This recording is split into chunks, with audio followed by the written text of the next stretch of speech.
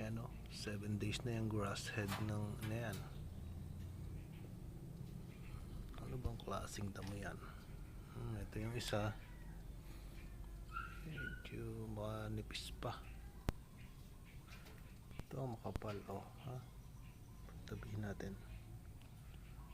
Ay, mabigat din pala. Yan, 7 days na yan. Grass head. Tabi kayo, ha? Ha? Medyo kalbo pa si Brad.